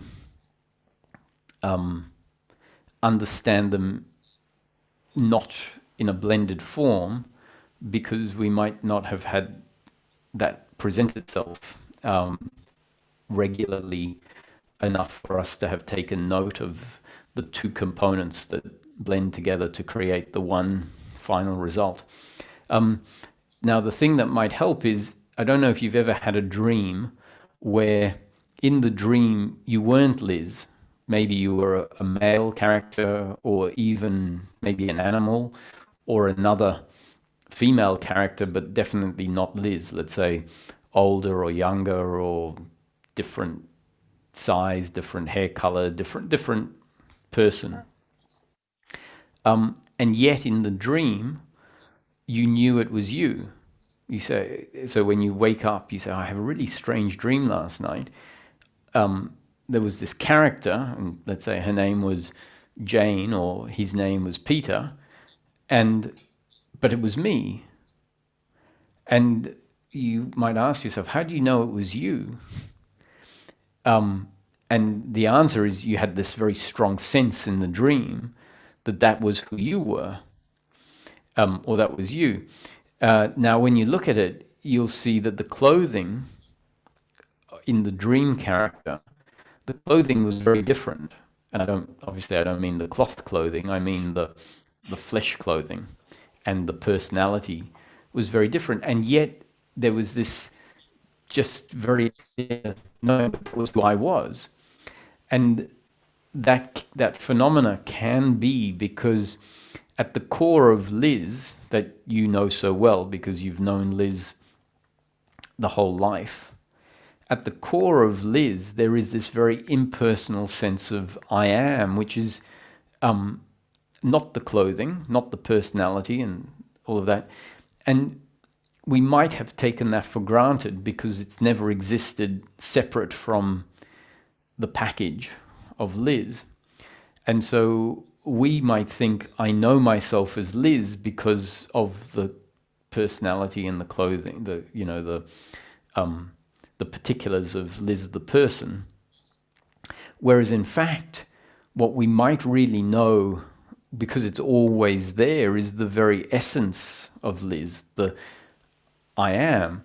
So then in a dream, when the I am, which has to be there even in the dream character, when the I am is clothed with a different set of thinking and different personality and different gender even,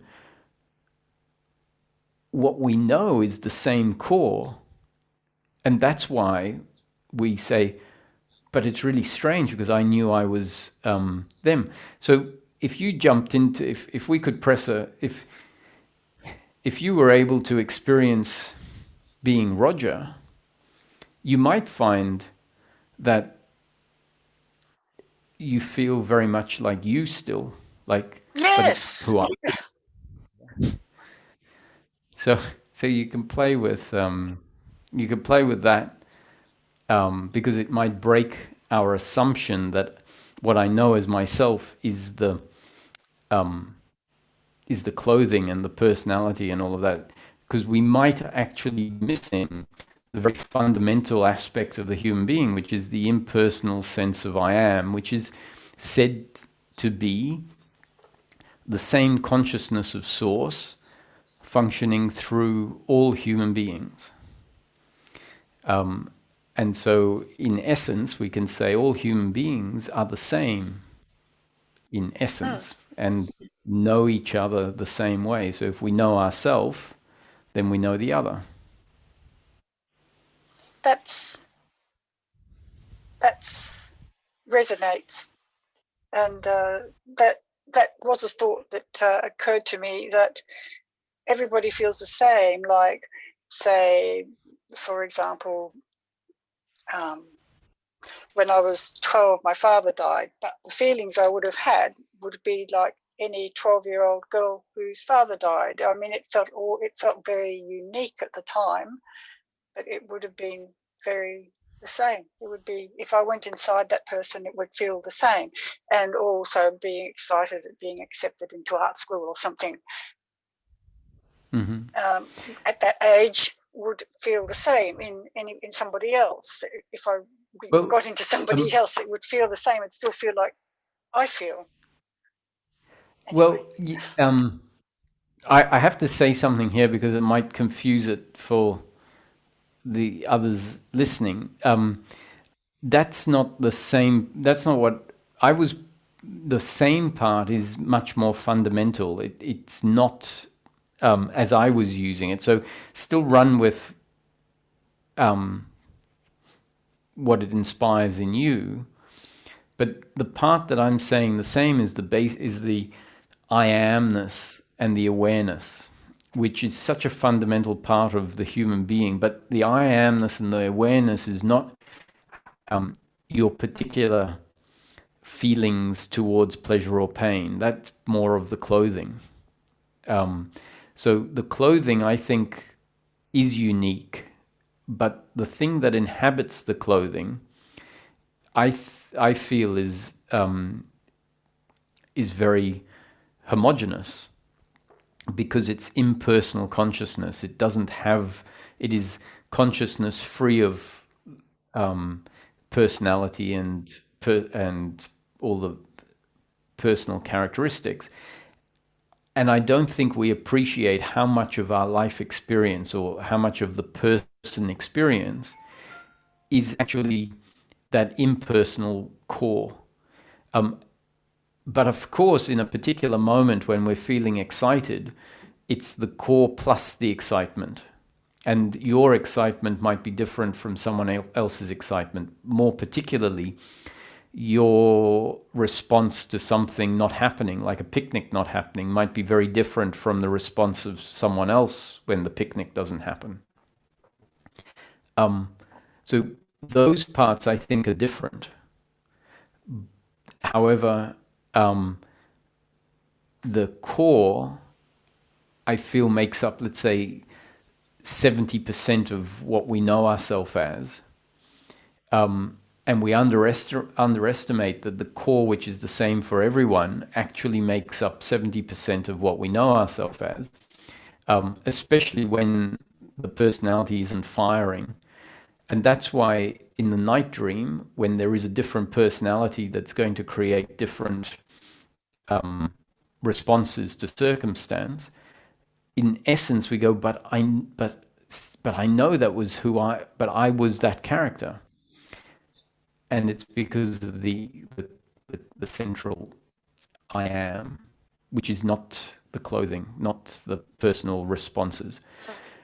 However, let me just finish off by saying there is this theory in life that we all, my girlfriend often Googles some things that she thinks of, and finds out that there's millions of other people thinking the same thing, or feeling the same thing, or inquiring about the same thing.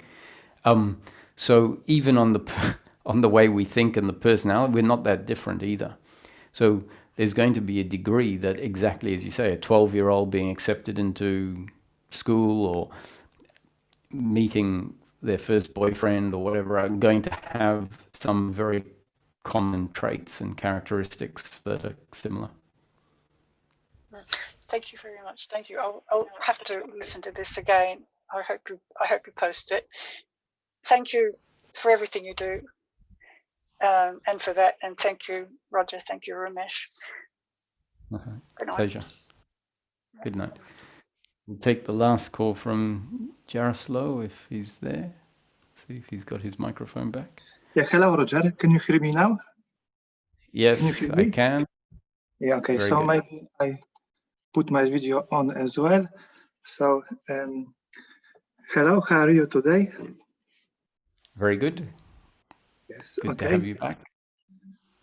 Thank you. This is my spontaneous calling to you. I'd like to ask you some question about free will. On Friday, I asked this question to Holger. We have a little bit nice chatting when you were absent, and as usual, please excuse my maybe some English mistakes. I hope you understand me what I want to communicate, what I want to share. So the question is about free will, because I know your point of view is very, very wide, comprehensive. You want to you have this attitude, this heart to put all pieces like puzzle in in good points. So I like this very, very much, but still I have some a little bit struggling. I struggle about this whole area of doership, free will, because lately I was watching Tony Robbins, like he's in America big coach, and this was come back about to your like personal greatness, and I have feeling like this whole area calling have message to the part of us that we are, and there's many literature as well about you have free will, and you can choose, you can decide. This is your decision that make things change on this pragmatic level. You need to decide, and you have this power, and this is the message. And I, because of my like type of being, I like to as well put in good construction with your sharings. So because as I understand you correctly, I think you basically say that we have no free will. We're just like God like beings, like instrument. The God's from is going by each of our body, mind, and work through us. And when we are like seeing this, accepting, it we have happy life. If we don't, we like meant to suffer, and we created the suffering because we believing in this psychological me, which have their own atoms like free will. So it's yeah. So So I'll try and I'll explain why there's this paradox that on the one hand we say there's no free will, and on the other hand we can say there is free will, and how that's not a contradiction. If someone isn't talking about attitude and how the attitude is the suffering. So let's say Tony Robbins isn't specifically saying, he's not even really necessarily talking about human happiness. But even if he is, he's not going, he's the path he's deciding to take is not specifically to the belief of doership as being the problem. He probably sees that the people that come to him have a very specific obstacle or block. And so the methodology is, let me deal with that block, that obstacle that the people in front of him have. And that's an important part of teaching, is you have to meet people where they are. And people will be attracted to him because they have similarities to each other. So often in a room, you'll find that the group overall might be quite similar. Now, obviously, everyone has their uniqueness and they're in different places, so you still have to meet each individual where they are. But as a group, if you take two different groups listening to two different teachers, the groups might be different, so they need different teachings. So why is Tony Robbins saying you have free will, it's your choice, step into your greatness, right? Because this is why he's saying it. Let's say I put three things in front of you: a red bucket, a green bucket, and a gray bucket. And we say, which one do you normally pick? And someone says, I pick the gray bucket. And you say, how does that go for you in life? And they go, oh, it's not really very good. You know, every time I pick the gray bucket, I look back and I think I should have picked the green bucket or the red bucket. And so then the teacher says, okay, so I'm putting three buckets in front of you, a red one, a green one, and a gray one. Pick which one you want. And the person picks the gray one again. And we say, hey, listen, hold on one second. You know, we just had a discussion about the buckets and which one you pick and whether that works for you. And you say it doesn't really work for you. And here you are picking the gray bucket again. So it means that there is a habit that you have in place. And somehow in your thinking is forcing you, you somehow on a deep level think the gray bucket is the right bucket to pick. But in practice, you see that it doesn't deliver the results you would really like. So Tony Robbins is saying, listen, I understand you're in a habitual way of living life, but you don't have to keep doing that. You're free. You have free will to pick the red or the green bucket. And if you find the capacity inside of you to break out of your current way of living life, and you realize your freedom to pick the red or green bucket, you'll start living life differently. So let's do the exercise again. Here's the three buckets. Which one are you going to pick?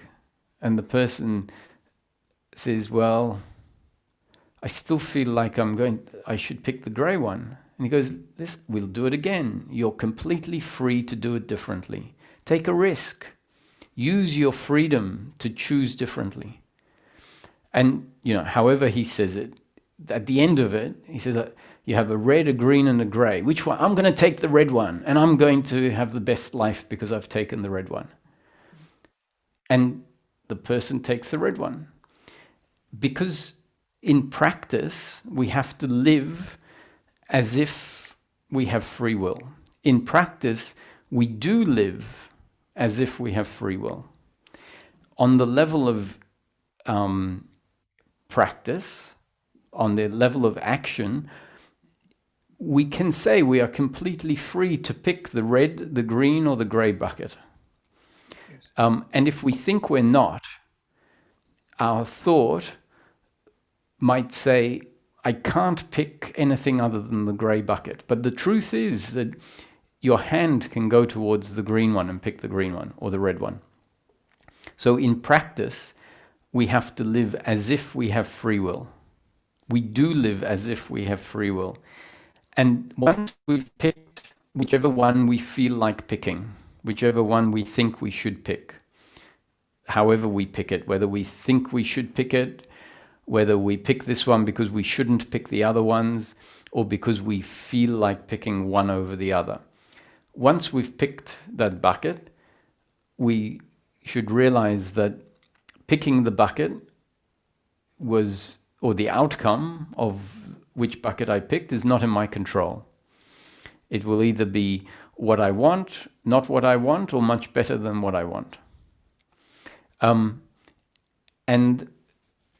so Tony Robbins is really interested in getting people to function differently on the level of their choices, let's say, in the example you've put forward. And talking about you don't have free will is probably not very effective at achieving that objective. Now, obviously, the person picking the grey bucket and then the person picking the red bucket instead, it's very clear that they're doing that because they've received new conditioning from life in the form of the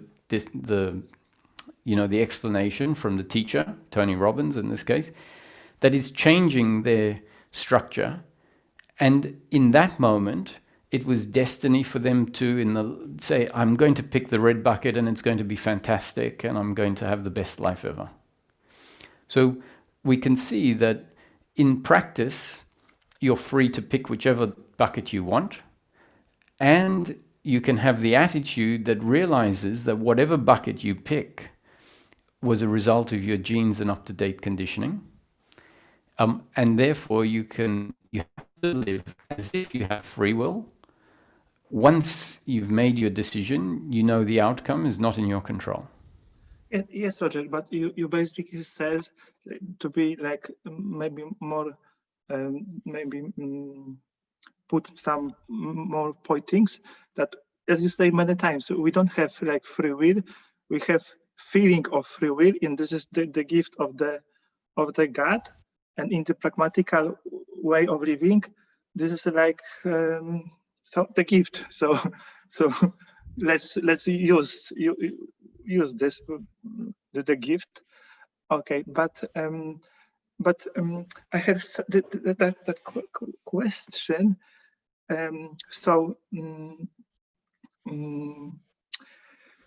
How this understanding of non-dual understanding like change the decision making?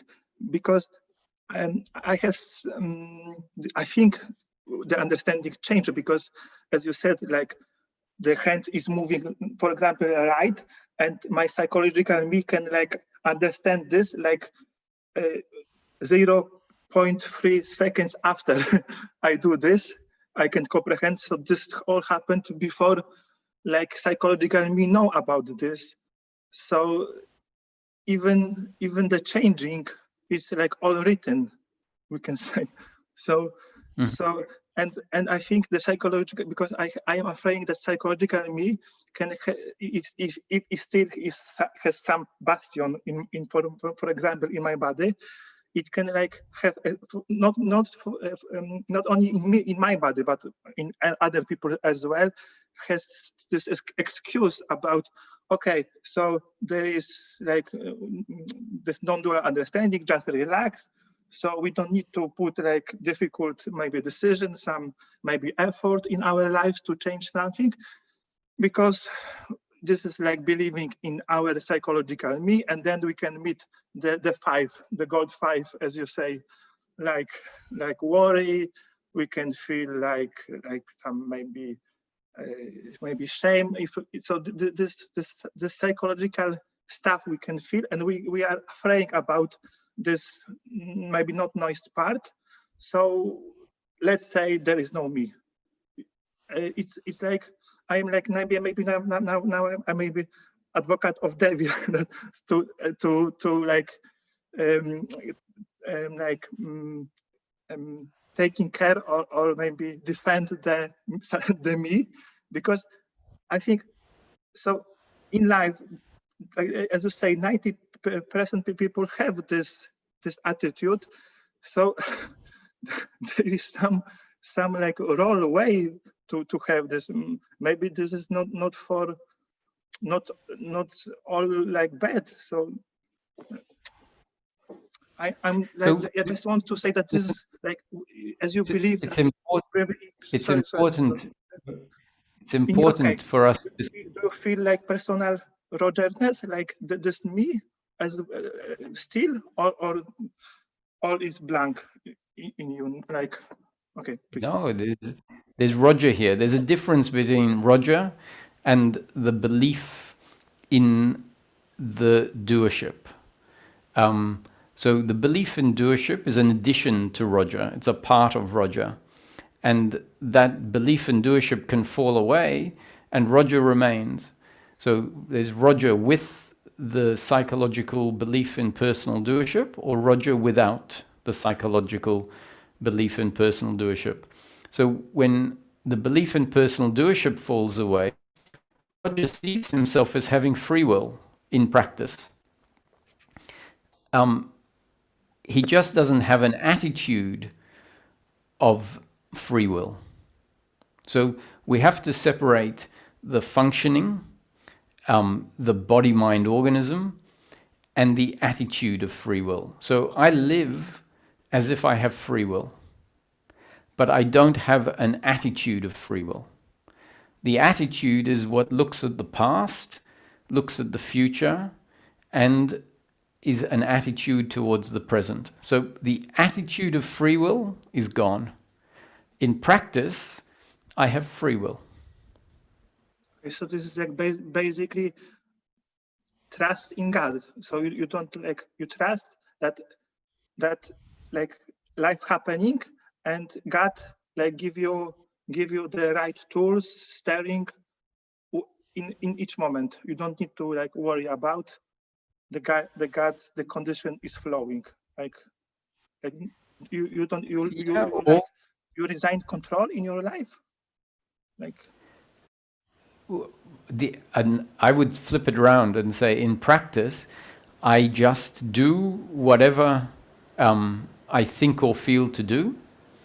So no question of life is predetermined or not predetermined, or I have control or I don't have control.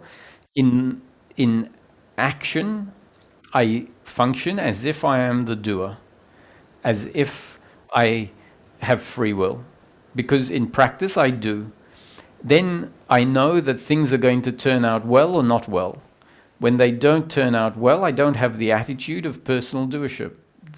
When they don't turn out well, I don't say, oh, I should have done something differently, because that would be the attitude of personal doership and attachment to outcomes. So we really have to see the difference between the attitude, which is looking back at the past and looking into the future and trying to get somewhere. That is absent. And when that's absent, just on the attitudinal level, in practice, I'm living as if I'm the doer. Okay, I think without the belief I'm the doer. I think you answered my question, and I think the difference is as I listen to you, you stop investing your happiness in psychological idea about yourself. This is like you find exactly.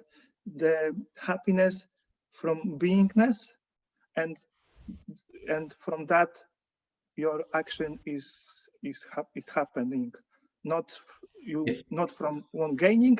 It just okay. I understand.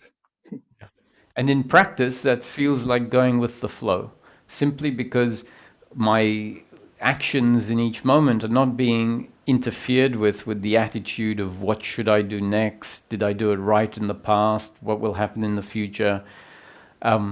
So you're correct. It feels like going with the flow, simply because I'm not invested in outcomes and not invested in what has happened in the past, which is also outcomes.